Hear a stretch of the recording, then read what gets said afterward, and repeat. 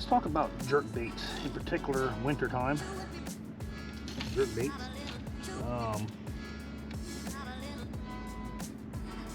In particular, small lakes and ponds, because we have a lot of those around here, and we have a lot of like little wintertime tournaments, big enough for like 8 boats. I mean, we fish 8 boats on them all the time, and they're super pressured all the time. Even in the wintertime, they get quite a bit of pressure.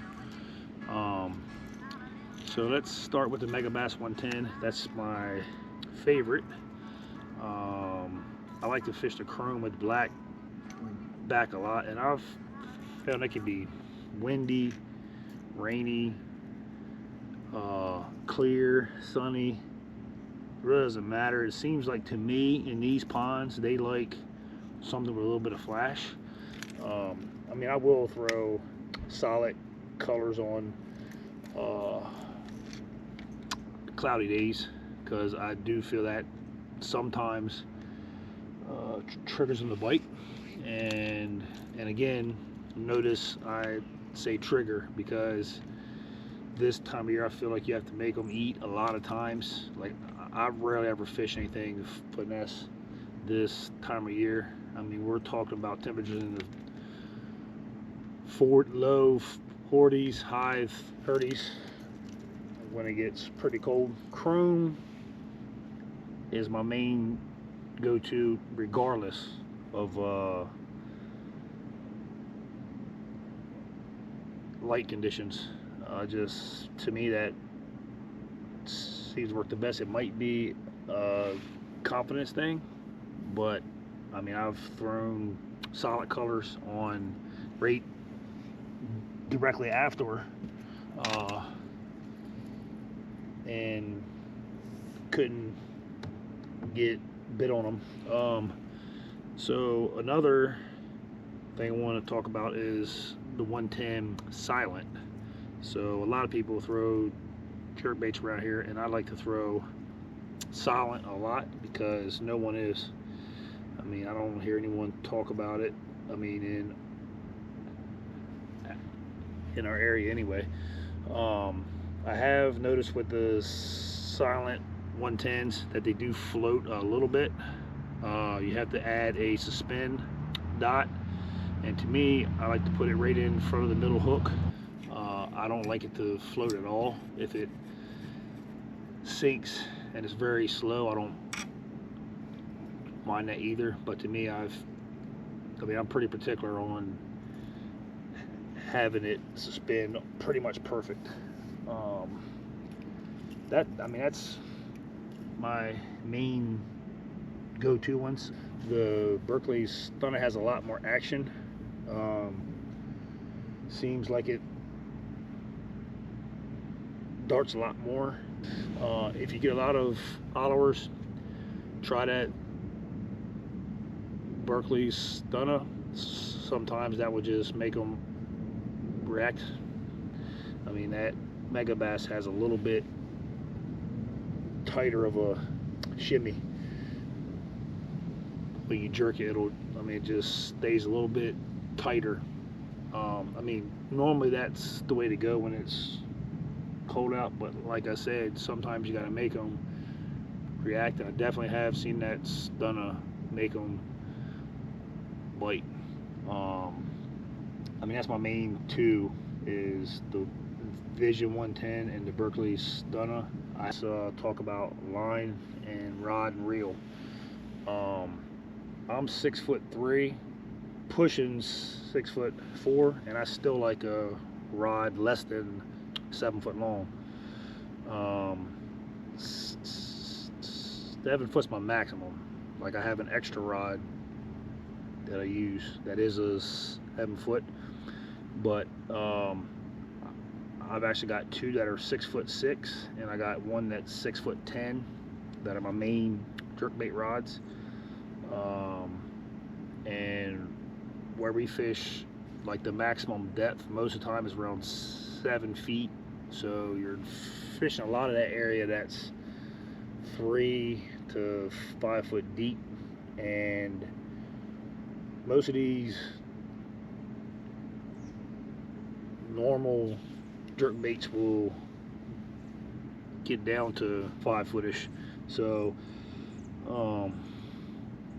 I kind of step up my line size to help with that. I throw 15-pound fluorocarbon a lot. I know that does take away the action, but in the wintertime, that doesn't really matter.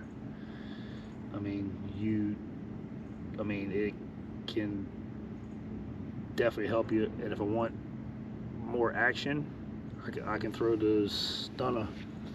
I also have one of my rods that has 15-pound mono, and it's right here, which I actually have this stunner on it. This is a 6.6 medium fast with a Tatula 8-to-1, and I like a faster reel because you have to always take up your slack.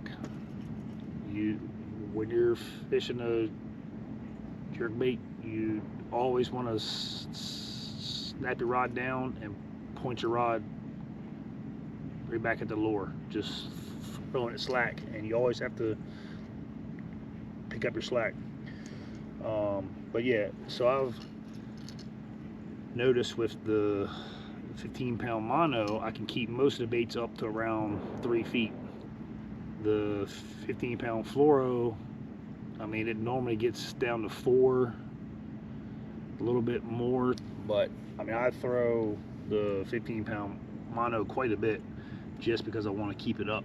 Now I have noticed when it's really cold out and they want to sit on the bottom, I'm talking about right on the bottom, I've noticed that if you get in their space with a jerkbait and you put it close